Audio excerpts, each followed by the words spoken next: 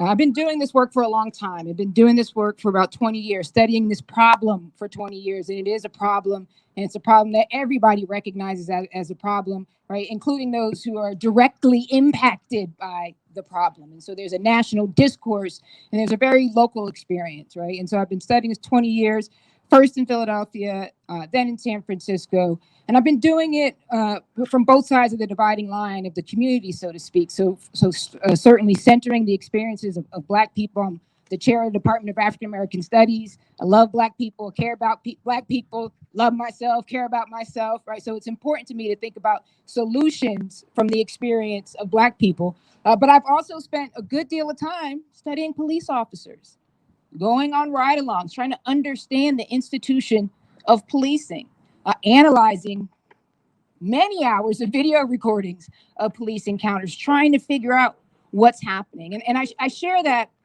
because I want you to understand that I've written these two books, Between Good and Ghetto, African American Girls, Inner City Violence, The Chosen One, Black Men in the Politics of Redemption, on gun violence and interventions and solutions. And so what I share with you is not informed by whether or not I like or dislike a particular kind of politics, whether I like or dislike the police, right? I'm a doctor. As my little one reminds me, I'm not a real doctor, right? I'm not the kind that can like save anybody, right? But I do have a diagnosis. And so because I've been studying the problem for so long. And so I hope that you can hear it in that spirit. And I know there's all kinds of expertise just right here in this parking lot. So I just wanted to share my expertise. And what do I know from that? I know this kind of work is really important. One of the key takeaways from the work I've done is that if you organize a community around crime fighting, you will be fighting crime forever, right? Because crime is not going to stop because it is a consequence, right, of the structural conditions.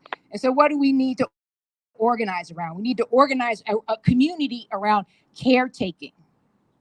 I see all the caretakers here, right? The organic caretakers, the people who will do the work, whether or not they're getting paid for it, right? Because they care about the families and they care about the people in their neighborhood. Now, the question of resources, how do you get that work funded when you're funneling so much into law enforcement, right? And so this conversation about reallocation, again, is not about like or dislike, but it's thinking about the person, or I think it was Raisa who's talking about the budget, and the folks up here are already talking about resources, right? How do you support the kinds of government services that we know build the capacity of a community, not take away from it, right? And I know that that's a deep, I've written about this, it's a deep conversation, right? And within a community, not everybody thinks the same way, right? And that's why it's really important to have that center.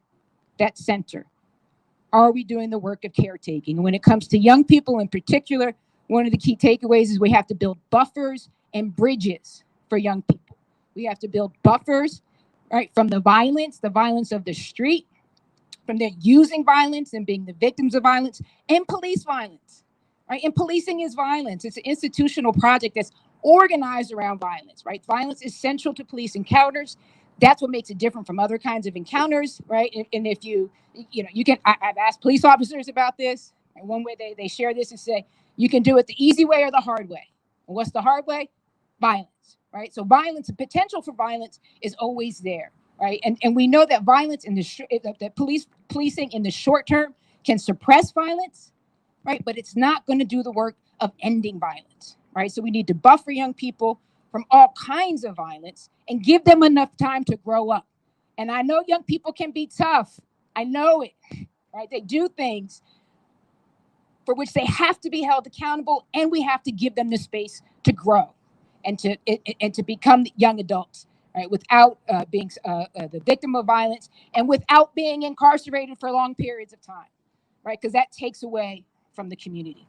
And we also have to build bridges, right? We have to build bridges from the neighborhood, from the areas where they are so isolated, to institutions that build their capacity. What's the first one? School. We know that those young people who are most at risk of being targets or perpetrators of violence are those young people who are disconnected from school. We also know that they've been hungry, and they're very likely unhoused, hopping from one one place to another. And that's the problem that we have to address. We have to build connections between those young people, right, and social institutions that build positive capacity, that don't take away. And so key takeaway, organize around caretaking, not crime fighting. The last point I'll make is that we've been here before. The benefit of this long view, right, in doing this work. So I came of age in the 80s and 90s, right, as the war on drugs was beginning. Been doing this work for 20 years through the Tough on Crime, through Obama, progressive reform, through Trump, whatever that was, right? All right, but we saw how law enforcement could be wrapped up into a white supremacist project. Like, we saw that, right? And so the benefit of the long view and the violence that comes from that.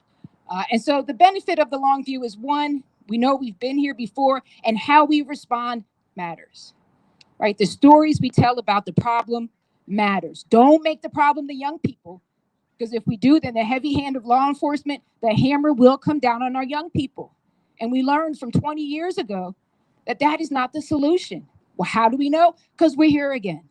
We're here again. So we really need the kind of structural solutions that council member is talking about, and to stay focused, right? Have that, I don't know if anyone saw Queen Sugar this week, right? But have that true north, right? That true north, right? And rooted in the love of the community, and the love of the community. I'll stop there.